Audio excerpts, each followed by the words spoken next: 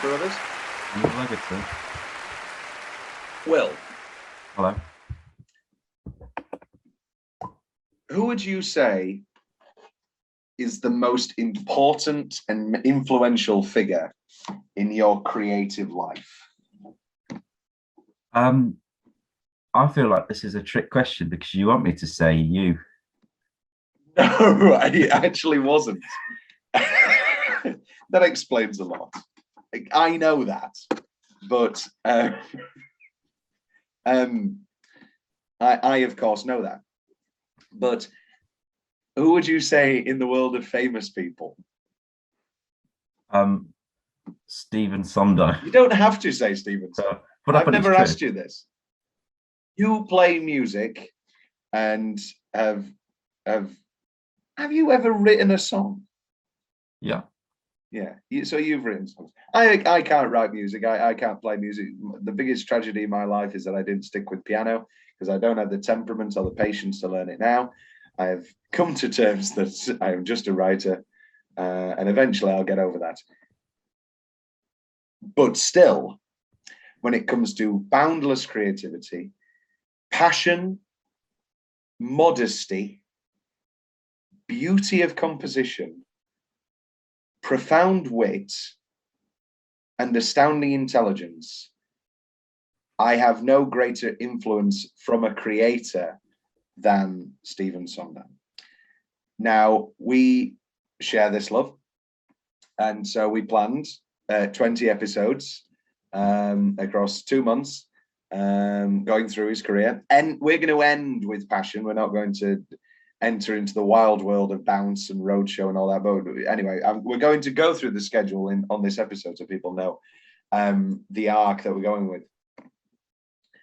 But of course, then, 2 months after we schedule everything, the news that Mr. Sondheim had died came. I was on holiday and you messaged me saying, Tom, I'm sorry to be the one to give you the bad news. It was me, wasn't it? It was you. Yeah. And I aloud went, oh no. And my mum rushed in thinking that a family, something serious had happened. And of course, that was great hilarity. Ha ha ha. That they all found it so funny that I was so deeply affected. It's hilarious. And so then I immediately posted, we are still doing these episodes. However, now it's as much a celebration. It's as much a eulogy as it is a celebration. So it does kind of colour every word we're going to say in a shroud of not darkness, but a shroud of sadness. Of mourning. Yeah. But fundamentally, this is 20 episodes of what it always had to be, a celebration. We're going to go through the schedule so we can explain how I've planned this all out. But I wanted to start today with the preface from Stephen Sondheim's Finishing the Hat. There are only 3 principles necessary for a lyric writer, all of them familiar truisms. They were not immediately apparent to me when I started writing, but have come into focus via Oscar Hammerstein's tutoring, Strunk and White's huge little book, The Elements of Style, and my own 60-some years of practicing the craft. I have not always been skilled or diligent enough to follow them as faithfully as I would like, but they underlie everything I've ever written, in no particular order, and to be inscribed in stone. Content dictates form. Less is more. God is in the details.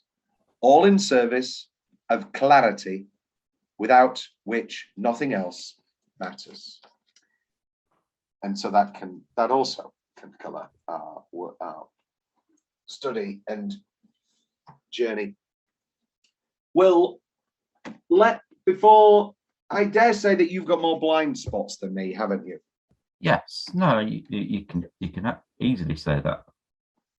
Yeah, because you've had multiple relationships and lots of great friends. And I've got a life. I've got things to do. Whereas some of us, no. But I think we can both fundamentally agree that our entryway was Sweeney Todd. Yes.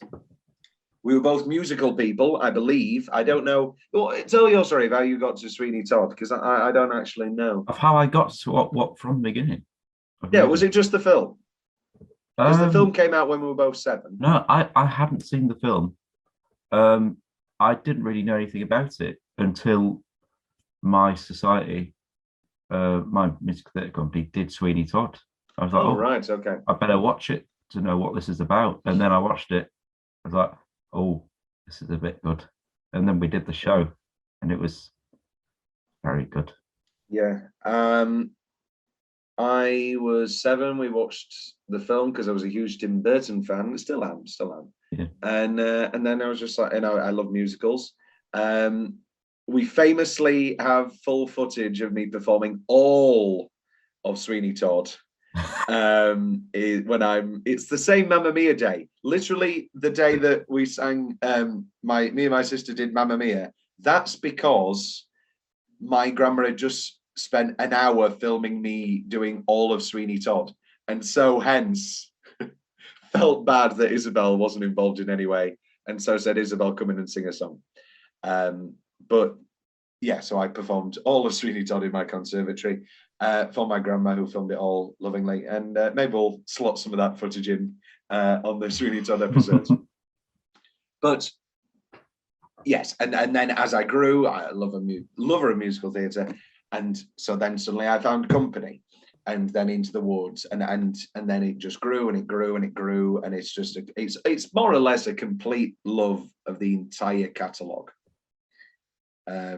More or less. I mean, there are ones that I prefer, of course. There are ones that I not dislike, but just have a bit of an indifference towards, and maybe by the time that we get to those shows on this, we maybe we'll feel a little differently. But let's start actually with the episode schedule and how these episodes are going to be structured, because we have our own movie structure, and so things vary. The way we're going to do it across 20 episodes. Now, we're starting today with the James Lapine documentary, 6 by Sondheim. Yes, I didn't realise it was James. Right at the end, it was like directed by James. Like, oh, it's just like an absolute love letter in all ways, and it explains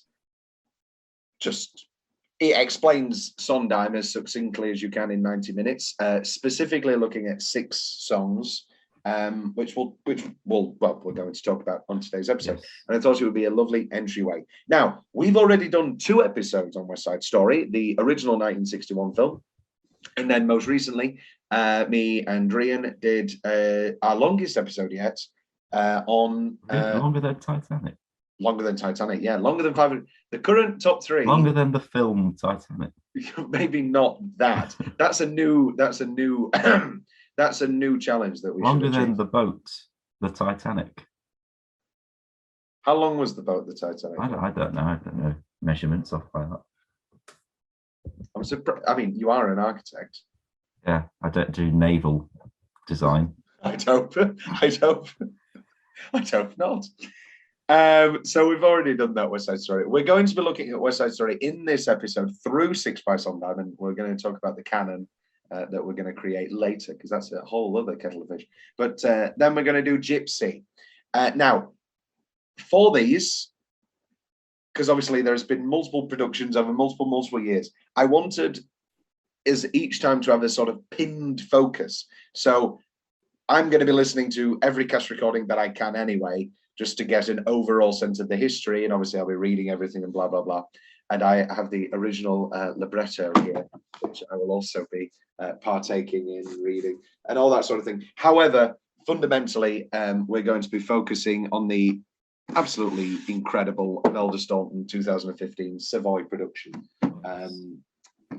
directed by Jonathan Kent, which I believe has, we'll talk about that obviously on the Gypsy episode, but there's a lot of changes at the ending over the years. Same case with Follies, which we're going to talk about majorly. But yeah, big differences, happy endings and sad endings and all sorts of things. Then we're going to look at a funny thing happened on the way to the forum. We're going to be looking at that specifically through the 1966 film. Then we're going to have a sort of amalgamation episode called The 60s, where we're going to look at Evening Primrose, the TV special, which is a very short little, it's a bit of an oddity, really, when you think about it. Then Do I Hear a Waltz, which was the lyrics he did with Richard Rodgers. Yeah. He says he sort of is fulfilling a debt, an unspoken debt, working with Richard Rodgers, following, but of course. He learned a lot of things from making that. He did, but we'll get, He did. yes, he did. Because I've watched the documentary. You watched the documentary. Yeah. And then Anyone Can Whistle, which in many ways kind of short shrifting. I mean, who knows how long that 60s episode is going to be, but that's a big show and a big mess. But we'll talk about that soon. Then 3 episodes on Company. I mean, it's got to be 3 episodes on Company. First episode, the 2011 concert production with Neil Patrick Harris and Pat LaPone. That's going to be our way in, which you've seen. That's the one I've seen. Great stuff. Second episode, we're going to look at other productions. The 1996 Sam Mendes Don Mar Warehouse production. The 2006 Raul Esparza, John Doyle, everybody's carrying their own flute production.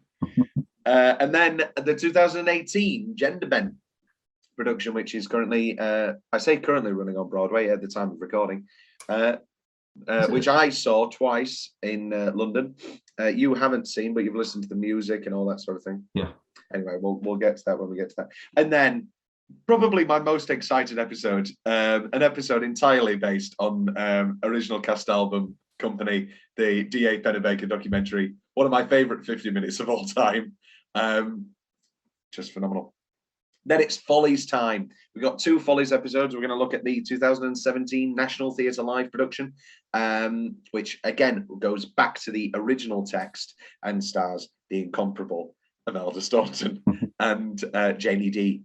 Then we're going to look at 1985 in concert, just a fun document that also looks at with Mandy Patinkin, who will make his first appearance. Oh, I love Mandy. Who doesn't love Mandy? A lot of his castmates on Criminal Minds. A Little Night Music, then. We're going to look at the 1990 New York City Opera production. Just 1 episode there on Little Night Music, although I greatly love Little Night Music. And I think this is one of your blind spots, and you're going to really, really like. I know that the song.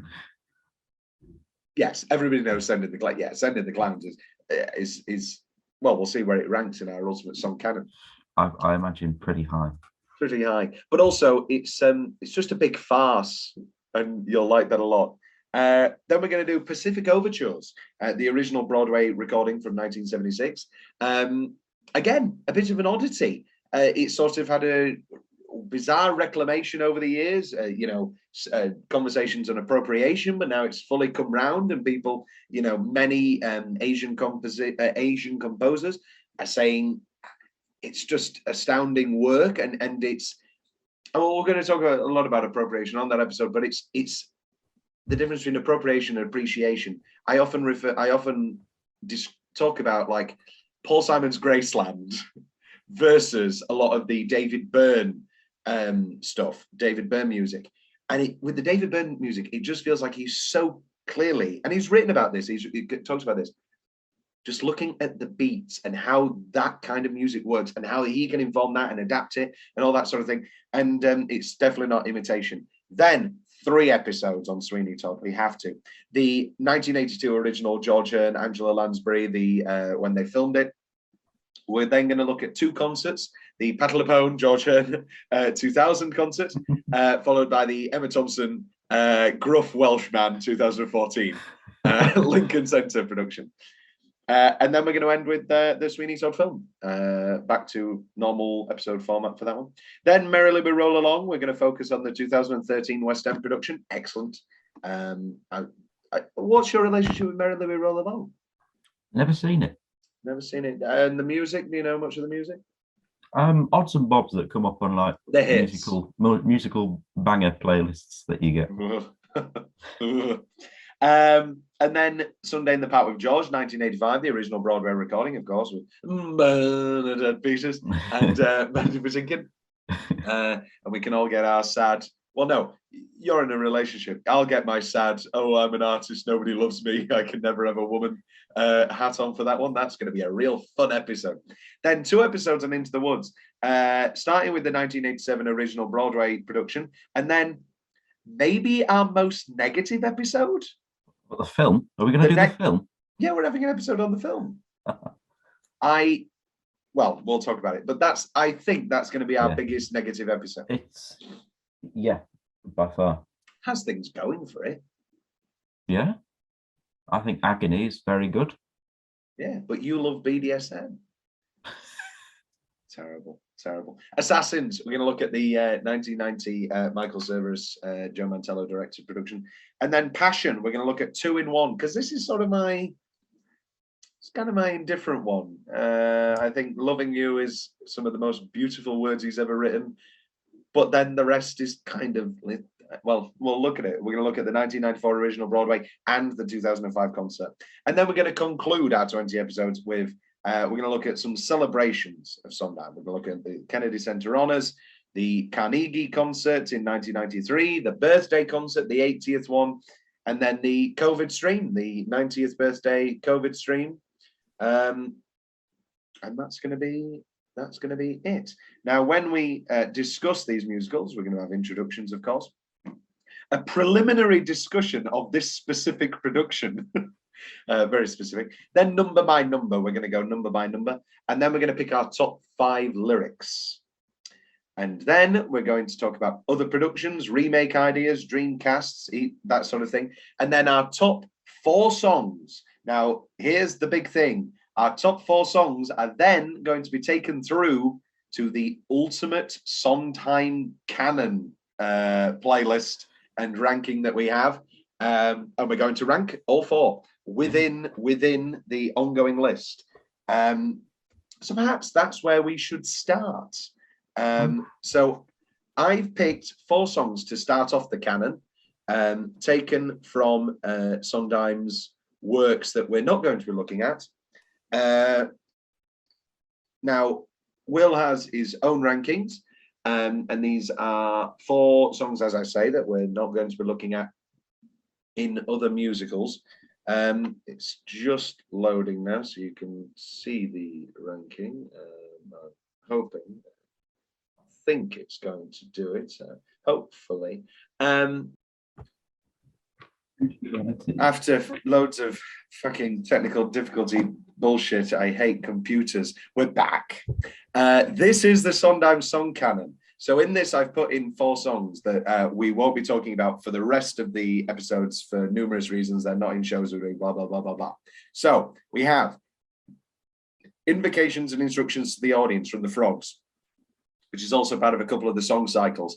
Just a hilarious song about do's and don'ts of the theatre. Love is in the Air, a song that I've just always found to be just a delightful little earworm. The original possible opening number for Anything Happened on the Way to the Forum also appeared in The Birdcage, which Sondheim also originally was commissioned to write his own song, so but then they swapped it out for We Are Family. Can That Boy Foxtrot, a hilarious song based around the joke of, oh, can that boy Foxtrot, which is a very funny joke for a 2-minute song. However, as we'll learn with I'm Still There, I'm Still Here rather, which for my money should probably be in the top 10, but we'll get to that at another event. Just couldn't substantiate Yvonne Di Carlo's star presence. And then sooner or later, the song that won Sondheim Best Original Song at the Oscars, performed by Madonna in the film Dick Tracy, directed by Warren Beatty, who also, Sondheim also did the score for the Warren Beatty movie Reds. That's my order. That's my 1, 2, 3, 4. Now, Will, what's your order? And then we'll deliberate.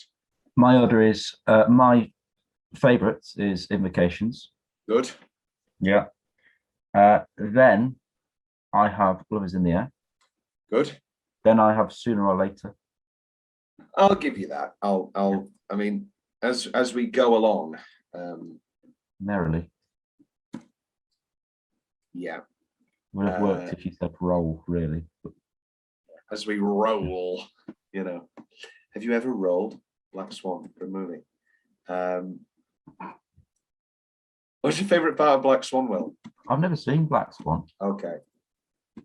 What was your favourite part of Black Swan as a pubescent boy?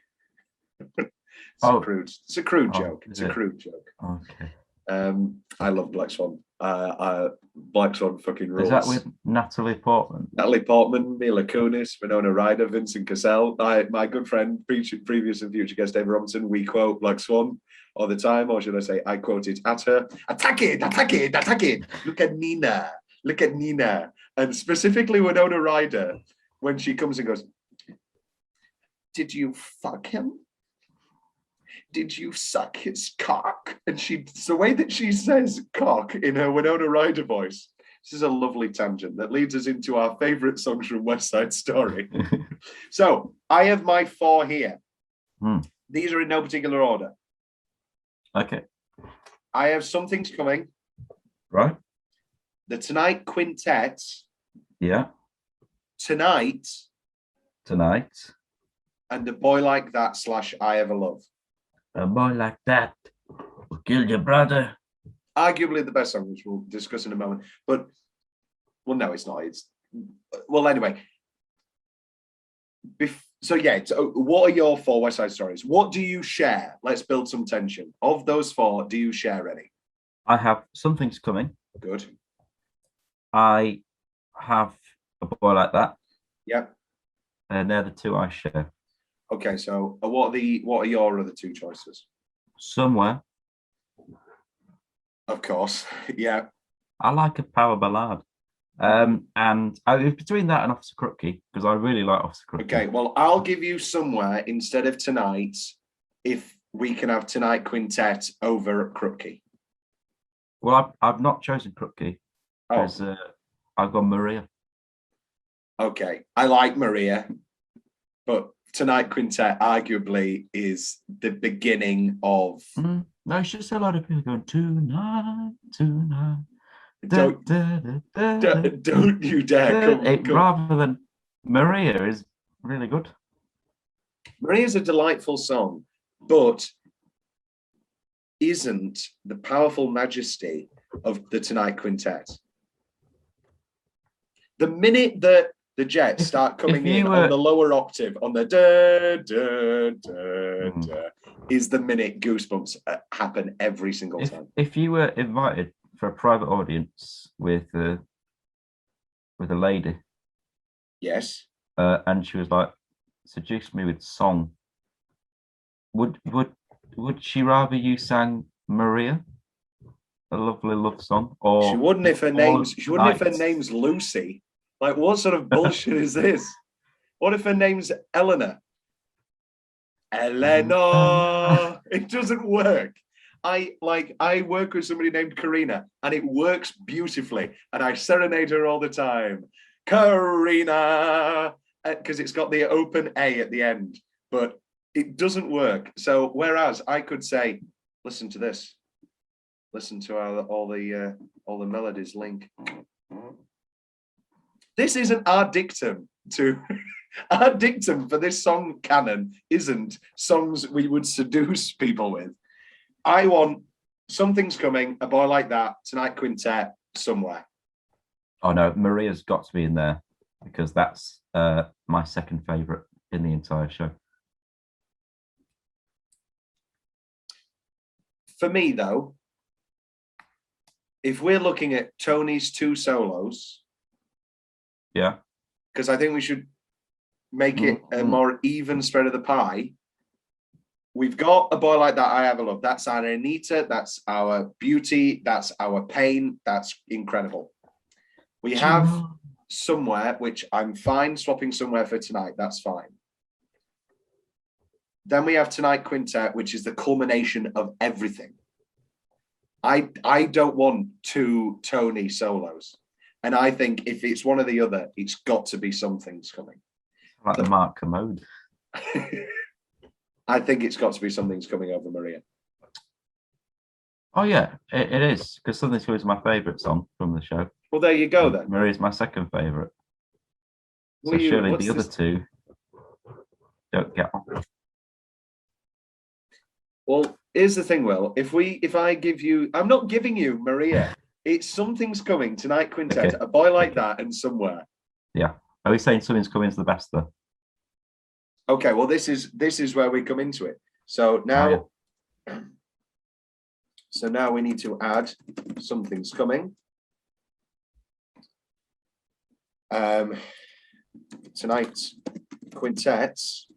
But here's another thing that makes me feel weird, and I think you'll agree, and because you're anal like me, in that I don't want any of these to be too high on the overall canon, because this is undermining his work. But he didn't write them, and he hates it. Yeah, it feels like I think Something's Coming is definitely more lyrical. Yes. Okay. So Something's Coming, I think, is arguably better than those 4 songs. Yes. So let's bump those down. Actually, as a matter of fact, I think it's a clean swap. I don't know about you, but those 4 songs in that order just immediately go to the top. I want to be like spaced out and stuff and make it interesting. But I think it's just a clean swap. Am I not right? Oh yeah, for now. I'm for sure now. Well, of course. Things will go in between them. Yeah. But let's take those down to and then let me put those there for the moment. So okay, so now we have our new ranking. Look at that. So immediately those 4 have gone to the bottom. That's that. How exciting. And we're going to do that episode. Well, no, that's not true, actually, is it? Every episode, because we have 3 companies. So at the end of the 3 companies, we will take forward our 4 company songs and our 4 songs of each. There we go. So next up on this merry-go-round, well, that's it for business. Let's talk about 6 by Sondheim by James Lapine. I mean, I don't know. This was your first time watch. I've watched this loads. It's just absolutely delightful. I could watch it all the time. It's just edited beautifully, combining interviews from the past 50 years. So well edited together. I think this is clearly James Lapine, who is a good friend to Sondheim, and has clearly listened to him say these things over and over again. And it's completely understandable. As somebody who also, watches tons of Sondheim interviews, he's got a voice like butter, and he's so intelligent and can come out with these witticisms and ideas and conceptualizations of his music so beautifully and elegantly, time after time. And again, that modesty. You hear that sort of artist bullshit all the time in interviews where, like, I wrote the end and I cried. But there is such an emotionality about Sondheim that I completely believe him when he says in this that when he wrote the word forever, he just cried. Because who wouldn't? That's obviously that's every memoriam song now is that song Sunday. And it's stunningly beautiful, and who wouldn't want to listen to him for 90 minutes? And I think it's a very interesting choice to go by these 6 songs, some of which we will go into more detail in the episode, in the musicals that they're from, blah, blah, blah, blah, blah. But what was your experience with Six by Sondheim? I loved it. I love a documentary. I watched one about the Black Death the other day. That was fun. You know, when they did Crossrail. No, I know the Black Death. Yes, well, I knew of the plague. But you know, this was really good. As you said, it's just nice to listen to him, and you can just enjoy it. Mm-hmm. And I think it's lovely snapshots. I These learned 6 a little lot. snapshots. Yeah, and that's why I wanted to don't know start. a lot about his personal life and how his motivations, his inspirations, what he's done. I only recently learned that he was sort of studying under Hammerstein. Yeah. Well, let's just talk about that, because this is sort of the big framing of the documentary is his relationship with Oscar Hammerstein and to teaching in general. So obviously Hammerstein worked with Richard Rodgers. We are huge fans of Carousel in Oklahoma and Sound of Music and King and I and all those sorts of songs. And basically Sondheim had a very troubled relationship with his mother. Less so with his yes, he had another troubled relationship with his father, which he eventually came to realize was colored entirely by his mother. And then when he met his father on his own and in his second marriage, he was like, oh, who's this new man? And did you know much of that stuff with his troubled relationship with his mother? No. Because that's the stuff that makes me weep when it comes to Into the Woods. Yes. Children will listen. Yeah, be careful the things you say. Yeah.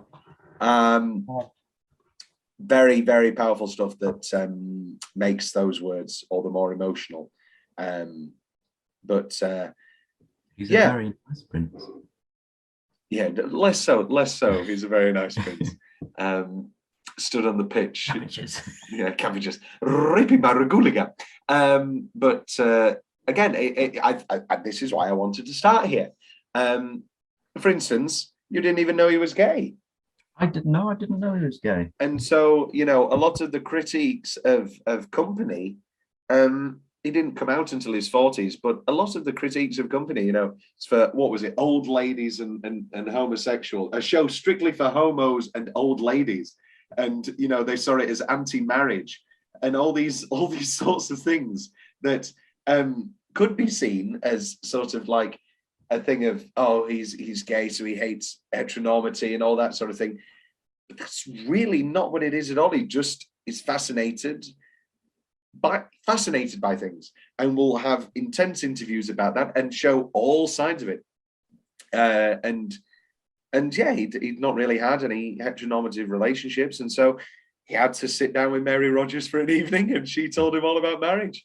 And it's those little stories that I've heard over and over again. I've got them in this book and that book and every other book that I own. But and they become the stories, and they become the myths. But here, they're straight from the horse's mouth, and we find very simply they're not myths. And that's that really, isn't it? A big thing is a little quote I want to talk about here. You said, the idea with musicals for a very long time was, come on and forget your troubles, come on, get happy. So, and that is kind of the world where Sondheim enters into it with a show like Company, and more so with Follies. Company is a comedy. Follies, the original and the National Theatre version, is one of the bleakest endings you will ever see. And all of the joy is from nostalgia and nothing else. It is, it's very, very dark material. And there's the other quote he says about Follies where, people were coming from their own terrible marriages and they wanted to come to the musical theatre and have a good night out. And they found more terrible marriages. So, and without the comedic lens of a Company, it's not that Follies doesn't have great gags. It's not that Follies doesn't have humour, but it's seriously not as light a beast as. Say it again. I was singing it Rain on the Roof. Of course. So we talked about his tutoring under Oscar Hammerstein, which does indeed colour the whole thing. The biggest story, of course, is in bringing this musical, thinking in his naive child mind or teenage mind, I'm a prodigy, you know, Oscar's going to read this and he's immediately going to ring up his producers and it's going to be on next week. And he wanted to be the youngest person ever with a show on Broadway. And Oscar Hammerstein said, no, this is really quite bad. It's one of the worst things I've written, but I'm going to talk to you like you're Richard Rodgers. And if you want, we can go through this and we can say why everything is bad. And he said, yes. And they started from the first stage direction. And the apocryphal tale is that he learnt as much that day as he ever did in the rest of his life. There's been a lot of talk about the Beatles with Get Back and that thing of maybe George Harrison is such an incredible artist later in life just because he was in a room with John Lennon and Paul McCartney for 10 years. And again, Sondheim jokes about it. He says, I just wanted to do whatever Oscar did. If he was a geologist, I would have been a geologist. And he says, maybe that's a hyperbole, maybe that's a stretch, but not really. And I think you get that sense. And it just so happened, you know, with years of practice and obviously a decade spanning 60 years, he found he had an incredible craft with it. Do you know the story about his mentor sort of school that he was like, you got to write 3 musicals before you start writing musicals? Yes. Was it? I've forgotten what 2 of them. One of them's like one based on a book. One based on a play. So you take a play that you like and set it to music. Then you take a play that you don't exactly think works and set that to music and try and fix it. And then, it was 4 musicals. And then the third one, write a piece based off something not theatrical, so a book or a film or something. Yeah. And then finally,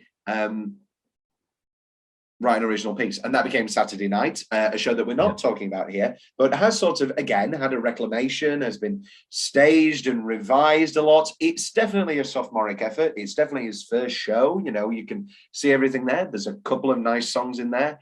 Not enough for a whole episode, I didn't feel personally, but that's just me. But it's still worth a listen. It's more, again, it's more of an oddity. We could have talked about it maybe in the 60s episode. It's more of an oddity than a nice full-fledged musical. It's but it's those things of, you can see it's a thing for completionists. Like I bought an excellent special edition copy of Blowout, one of my favorite films ever. Have you seen Blowout with John Travolta? No. Oh, first thing I thought was, yoo-hoo, pick some more Blowout. No. This is a gripping political thriller with John Lithgow and John Travolta. One of my favorite films ever. And on that is Murder a la Mode, one of Brian De Palma's first films. And like, if you watched Murder a la Mode as your first Brian De Palma movie, you'd go, what the hell am I wasting my time here for? As a De Palma completionist, it's a really interesting document. Saturday Night is a really interesting document for a Sondheim completionist. And you can hear the notes and you can see where we're going. And there's a great couple of lyrics in there.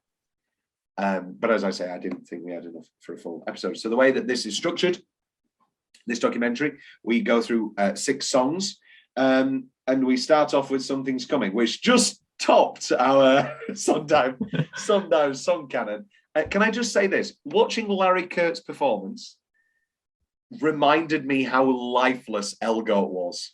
Yeah, it was ridiculous. Larry Kurt is full of energy. Have a quick minute now talking to me about West Side Story.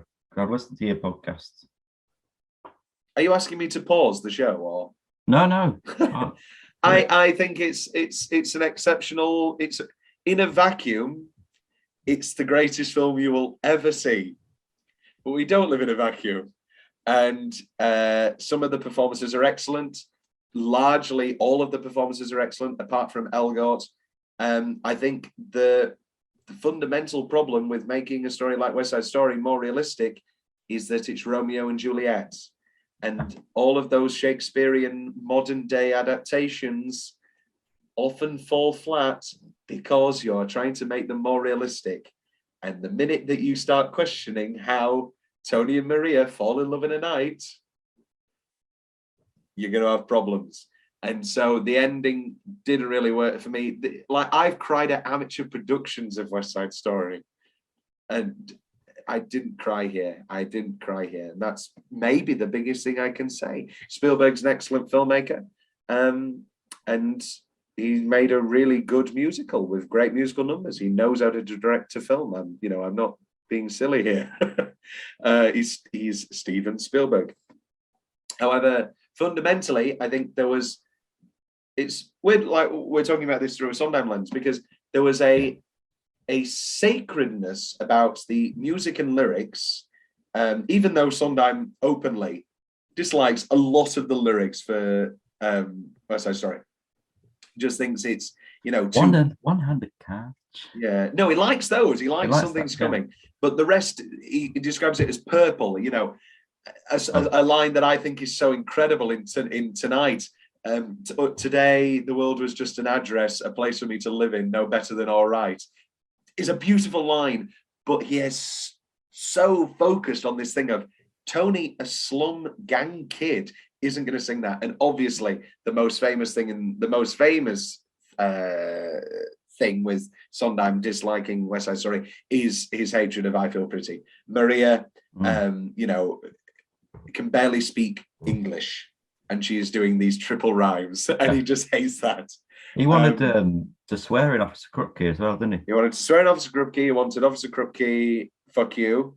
Eventually it changes to Krupp you because they weren't allowed it. And I think that's better. I think it's funnier. Yeah, I like it. I think it's very funny. When we watched West Side Story 2021, the Jet song stays the same, and it ends with, on the whole, mother, ever, loving, street. And my mum looked at me and tapped me and went, they've changed that. And I said, what do you mean? She said, motherfucking. I said, no. It's the way it's okay, that, isn't it? Motherfucking. I thought, and then I was thinking in the Jet song, on the whole, ever, motherfucking street. I was like, what is this AC/DC version of the Jet song? But no, yes, that was the original lyric. But Something's Coming is the piece de resistance, I feel, and feels the most Sondheim. Tonight is, I think, the big winner of West Side Story is, of course, Leonard Bernstein. Yes. Some of the most beautiful music ever written and ever will be written. And then you add the lyrics of Stephen Sondheim, and then you add the choreography of Jerome Robbins, and you add the book of Arthur Lawrence. I personally, it's not my favorite. I'd say it's the greatest musical of all time. I can see that. There you go. And then it's written in one day. It's one of those apocryphal tales. And he's not a sports person, but he gets stuck on this idea of baseball metaphors, which John Mulaney makes great fun of in My Home Court in the co-op episode of Documentary Now, where he makes it about tennis. Framed Navratilova hanging just above the sofa. And then, just those lovely stuff. And this, fundamentally, through West Side Story, we hear about this relationship with Hummable, and how he hates when his songs are called Hummable, which he says is somewhat false, but again, somewhat not. A bit like the geologist Hammerstein story. And it's just, it gets visualized with Mary Louie Roll Along in the song with the producer, originally played by Jason Alexander. Love it, lovely played, wonderfully played by Sondheim in this. And just those meetings over and over again. Surprise. You can't hum the songs. And he sort of breaks down in the documentary. That's bullshit. And because nobody leaves a musical straight away humming. Now, they do sometimes, but when we recently both watched Back to the Future, when you left Back to the Future, were you humming the songs that you've just heard for one time, or were you humming the song that you've known for all 20 years of your life? Here's to the dreamers. No, we were singing Power of Love. Yeah. And that's why it is talking about how the film was a success, because people already knew the songs. Maria was a hit, and Somewhere became a hit, and then the film just boosted it to a whole new level. So the film was a hit because everybody knew the songs by then. Whereas you watch a show once in a theatre where the sound isn't great, and you're hearing all this music for the first time, even in the best theatres in the world, I still miss lyrics. If I didn't know all the lyrics to Phantom of the Opera, I can't even imagine watching it for the first time. It's my famous story in our family of my granddad would have business trips to London, and they'd get a dinner and a show. And one of his partners went to watch Phantom, and he said, I really liked it, apart from when they all sang at the same time. And it's that thing of, yeah, of course you have no idea what the fuck they're saying. Watching Masquerade. Knowledge. Masquerade? Prima Donna. Yeah. Prima Donna's the one that gets ridiculous. Yeah. Prima Donna, Christine spoke of, and you're just gone. And there's a little bit of that with Sondheim stuff, but not really as much as you'd think. For this, legacy of intricacy and all this sort of thing, it doesn't really do that as much as one might think with his love of puzzles. The big quintets, tie-night quintets, reprise upon reprise, and everything, every song's eating one another, isn't a very common thing in Sondheim's world. The closest we get is Your Fault, but that's its own song. That's its own original song. It's not a bunch of reprises. I guess the closest we get is Rose's Turn. Now, so let's move on to Gypsy. A show I deeply love. You often talk about how you think my greatest pain in life is that I will never get to play Madame Rose. If you could do one drag role, like Donny LaRue when he did Hello Dolly, what would you, in the world of Sondheim, what would you do? In the world of Sondheim? And let's just imagine that you can hit the notes. I mean, it would be Love It, probably. Oh, that's actually good casting. Me and drag as Love It, and you as Sweeney. Yeah. That's the fact that we have never done anything to that effect of me in a drag Love It as just doing all of Sweeney Todd. We do that as a Patreon bonus. We're going to perform all of Sweeney Todd. Knock on wood. 3 times. We can cut that, but anyway, we'll get to that in a minute. But Gypsy, I love Gypsy. And again, he didn't, from that point on, I'm only writing music. Then this comes along. And originally he was going to write the music for Gypsy, but Ethel Merman got burned on a show by 2 new young composers, needed somebody like Jules Stein about. Now I had a musical theatre teacher in Philadelphia, the wonderful Benjamin Dibble. He is adamant. It's a bit like the JFK theory amongst musical theatre people. He is adamant that a lot of the music in Gypsy is Stephen Sondheim. If you listen to Jules Stein and listen to Rose's Turn, nobody's thinking that Rose's Turn is a Jules Stein song. It's Sondheim through and through. Now, Sondheim has never said this. Maybe it's because he doesn't want to badmouth the dead or any sort of thing. But yeah, who knows? But no, I love Gypsy. Everything's coming up Roses, Rose's Turn. Well, we're going to have a whole episode on it next week. Which brings us to Opening Doors, the only autobiographical song he ever wrote, from the wonderful Merrily We Roll Along. Performed here by Jeremy Johns, American Fiera, Darren Criss, and Jackie Hoffman and Laura Osnes in one of the most awful sequences, the worst CGI, the worst editing, the most horrible bullshit I have ever seen performed by three great people who I'd love to see in those roles. We're both big leaks. Yes. So it was fun to see Blaine. Yeah, it's his autobiographical song. You know, this was what they were going through. They were writing songs. I saw My Fair Lady. I sort of enjoyed it. Again, we'll talk about this more in Merrily We Roll Along. But lovely. Which brings us to Sondheim as the producer role. Oh, that's great. That's well. The other stuff as well.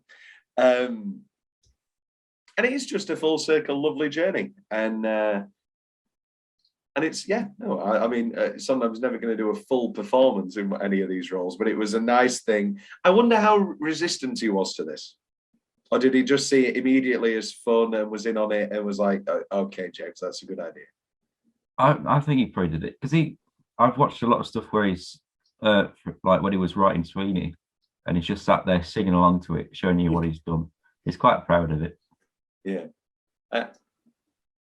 Yeah, it's when he gets the exact like rhythm. I mean, anybody can get the exact rhythm, but anyway. But it's when he does a couple of the. He wrote it. Yeah, no, I know, but it's a couple of the it's when he's like, you can see in his eyes that he's proud of the lyric. Yeah. And it's like, and the other stuff as well. Yeah. Oh, great. That's right. It's not that kind of show. But can't you say? Oh no, it's Let Me Know When Stravinsky Has a Hit. That's the one where you can see how proud he is. And then in the end, when he does the melody, which I've always found funny when he does some Enchanted Evening. But then when Sondheim does it, he sounds like a bit of a goblin. He goes, oh, melody. Oh, okay, Steve. So then we have a little bit where we talk about his writing process.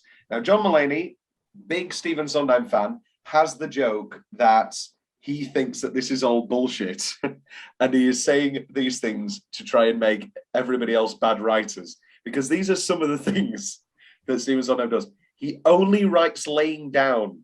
Yeah, it's like, that's why I've got a bad back. Yeah, he listens to music whilst composing. Pencils, I mean, do what you want with pencils, but drinks heavily. It's like, I've only ever written one musical sober. Yeah. Yes, and the scores were a movie called Stravinsky, which I think is a fine score, but anyway.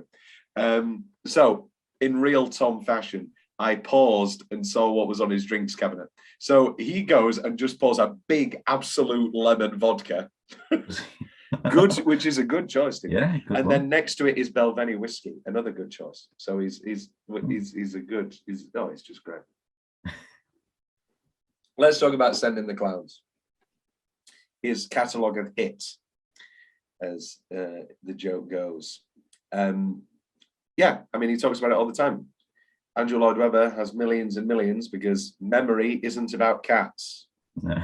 All I ask of you is halfway through, nobody says, what about this phantom in a mask? You know, he has so many songs aren't about the show. And yes, Sending the Clowns is all the better with the context of A Little Night Music and where it is in the show, and that iconic image of Judi Dench and Glynis Johns sat in the bed is just A Little Night Music, and it's beautiful and it's effective and it's powerful. But there's no lyric in it where he says, oh, Henry, you must go to bed, I am an actress. It could be a hit. And Judy Collins did it, and everybody's done it through the years, leading into a wonderful montage. My favourite moments are when it suddenly cuts to Lisa Mount with her banjo, and then cut straight to Cher. Oh, yes, under your bliss, don't you approve? Did you have a little favourite in that montage, Will? Or I mean, it's got to be. Cher. Oh, Cher. I thought you were going to say your personal favourite, Judi Dench. No, it's. I mean, I've seen her do it too many times. You've bored of it now. No, I'm not. And then into Andrea McDonald, who sings it beautifully. Just a little bit random, I guess. And then he ends with Frank Sinatra saying, you meet a girl, you take up with her, you leave the girl, send in the clowns. Because we'll talk about this more on the A Little Night Music episode. But what does send in the clowns mean to you? I mean, for me, it's just been a very Desiree is an actress, and it's just a theatrical term. The muse, it's a very sad scene. Everybody's very sad. Quickly send in the clowns. That's always been the way it's been to me. And obviously that's punctuated by Desiree being an actress, and you've just watched an hour and a half of her talking about being an actress. So it helps seeing the show. Yeah. I've also said, you can see it sort of build on the farcical nature. So might as well send in the clowns because they'll fit in with us lot. Oh yes, don't bother. They're here. Oh. And then he gets where Walter can't. Mr. Hugh Jackman makes an appearance. Ladies and gentlemen, this woman could have played anyone.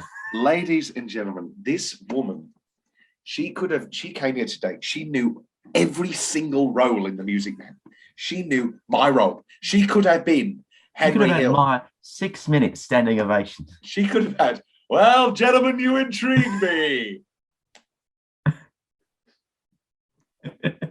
Hey. Oh, God.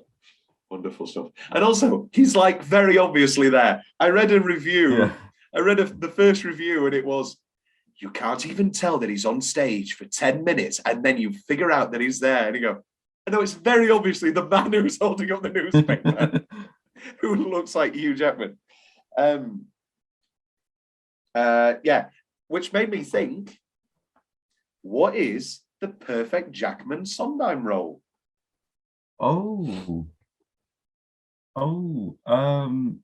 Bobby. Yeah, I like that. I like Bobby. If he can take the pay cut, I'll give him Cinderella's Prince. No, he's too old now. He's too older now. Yeah, a younger Jackman, obviously, because Gaston is just Cinderella's Prince. Yes.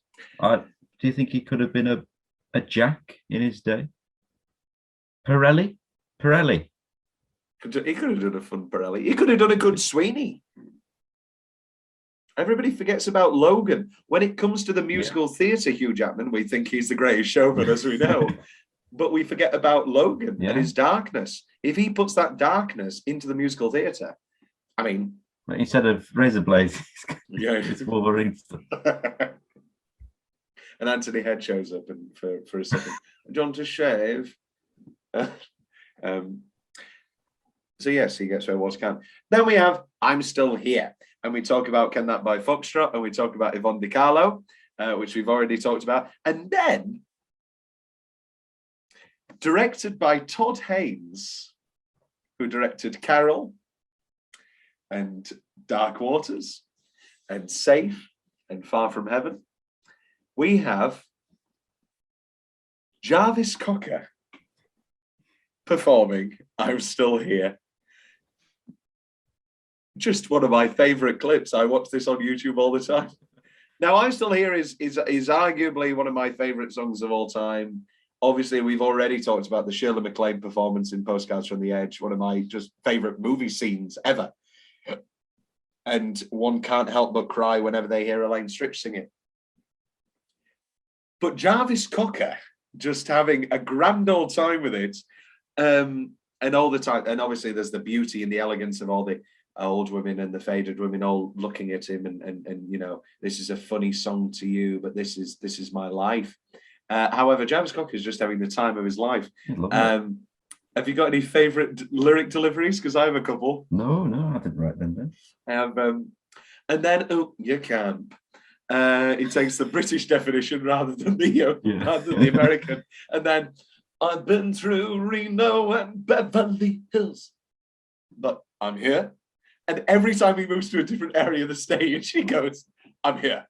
And then reefers and vino rescues religion and pills, but I'm here.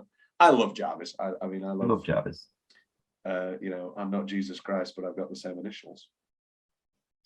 Then we have Michael Jackson. Well, there you go.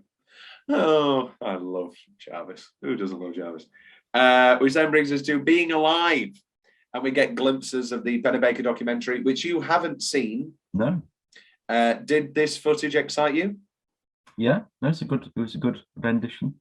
Very good rendition. Dean Jones, one of them. God Squad, Dean Jones.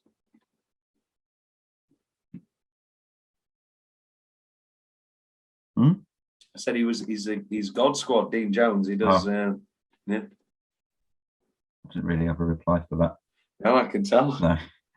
But of course, we're going to spend a whole episode on the Pennebaker documentary. So then we enter into the most touching part of this, where he talks about, again, the mother's stories, the open heart surgery note she gave, which opened up with, "I only have one regret, birthing you." I mean, imagine getting that letter. Imagine regretting birthing Stephen Sondheim. I know. I imagine. It's like, again. Do you know who I am? Again, he brings up, like, I've been watching Get Back, and at the end, there's people who are like 10 out of 10. 10 out of 10. And there's people I've at the got end. Disney Plus for a month. Watch it. And there's people at the end in the rooftop concert, and they're down in the streets, and there's people who are going, "What's all that racket?" "No, I don't think it's good. They're interrupting business." They're going, "What the fuck are you talking about? This is Beatles." And then you remember, this is the first time anybody's heard Get Back. Rumpa, dumpa, dumpa, dumpa, dumpa, dumpa. Going, yeah, okay, maybe this is right. And we return to Hammerstein. And he talks about his only regret is not having children, which at this point, could have been rectified, but now we know he's, of course, passed. He never did have children, and that's his one regret. And I think that's why teaching is so important to him. It's that imparting of knowledge. Teaching to me is the sacred profession. I often cry when I talk about it. I'll probably cry now. My life has been saved by teachers. Oscar Hammerstein was a teacher to me. Just before he died, he gave me a portrait of himself, and I asked him to inscribe it, which is weird when you think it's like asking your father to inscribe something. And he wrote, this is when he starts crying, "For Stevie, my friend and teacher." That's when I cried. I cry every time. I've basically watched this every year since I found it. And I cry every time. I think it's painfully beautiful. And then we would, and then it's evident. I mean, I'm not a big fan of Rent at all. I liked Tick Tick Boom a fair bit, but his mentorship of Jonathan Larson and his mentorship of Lin-Manuel Miranda. Again, I'm not a Hamilton fan. I'm not a In the Heights fan, but his mentorship of these Broadway legends in their own right is just a passing on of the torch of this Oscar Hammerstein tutorship that meant so much to him. And it's beautiful stuff. And then the next clip, I mean, another Jesus Christ, if you didn't cry at the last one. If you could conjure up Oscar Hammerstein, what would you say to him? "Ain't you proud of me?" I mean, Jesus, well in your throat every time. And then this again, we're into the conclusion, and we're talking about Sunday, which is the memorial song. It's the song they sung in Times Square. It's the song that ends, I think, all three of the celebrations that we're going to look at. It's the song that you can't help but weep at, because this is the sentiment behind it, the humanity of it. And that he's talking about the painting. These people don't know that they'll be immortal. It all leads to the word forever. And when I wrote that word, I cried, because you can get very easily a little bit wanky about art if you want. You can, we're all struggling artists and all that bullshit. But even as a kid, and again, we're making these podcasts and all that sort of thing. And hopefully I'm famous one day or whatever. No, not famous, but hopefully I have my work seen. But even as a kid, I was like a small child, and I would say when my parents say, "Well, why do you want to be an actor?" and all that sort of thing. I mean, they never questioned it as much. They never really questioned it, and I would say, even as a child, because I want to be immortal. I had this whole thing about not wanting to die and a fear of death. And obviously I'm 21, 22 now, and obviously that's only going to grow a stronger fear as years go by. And for me, that is art. That art is a chance at immortality, and that's what I strive for, and that's how I felt before ever hearing a word of Sunday in the Park with George. So to then hear that beautiful, those ideas that I felt for so long, bolstered by some of the finest music of one of my great favorite, my favorite composer. Very new to Sunday. I said about a year I've listened to it. Yeah, and great. It's become definitely one of the best. Yeah, and that it's the song. Now with his death, it is the Sondheim song. I don't know if it will top our Sondheim canon. I personally have a choice to top the canon, which I think we can both agree on, and perfectly solidifies the best of Sondheim. Yeah. Oh, I hope it's the same. But we'll anyway. I think parlour music. Parlour music, yes. Cromulum 8 from Sunday in the Park with George. But yeah, I think that'll be like a nice solid number one that we can agree with, and then the rest can be heated debates. But that brings us to the end of 6 by Sondheim by James Lapine, and brings us to the end of our introductions and invocations to the audience episode. Will, we've got so much more to look forward to, so much more to come. Obviously, you're excited to talk about Sweeney Todd because it's your favourite, and it's probably my favourite. I look the minute I watch Follies again and I hear that music, that becomes my favourite. But I think if we're just talking like Sweeney Todd's probably his best, but anyway, these are discussions to have at eventual points. But do you have a blind spot that you are most looking forward to, whether it be a specific production, whether it be a musical in general? Assassins. Oh, is Assassins a blind spot? Yeah. Oh, well. Oh, yeah. Oh, good stuff. Yeah, good stuff coming up. Well, there we go. Very exciting. Lots to look forward to. Will, it's a pleasure. We will see you on the next one. Thank you. Da ba da ba da ba da da ba ba ba ba ba ba ba ba.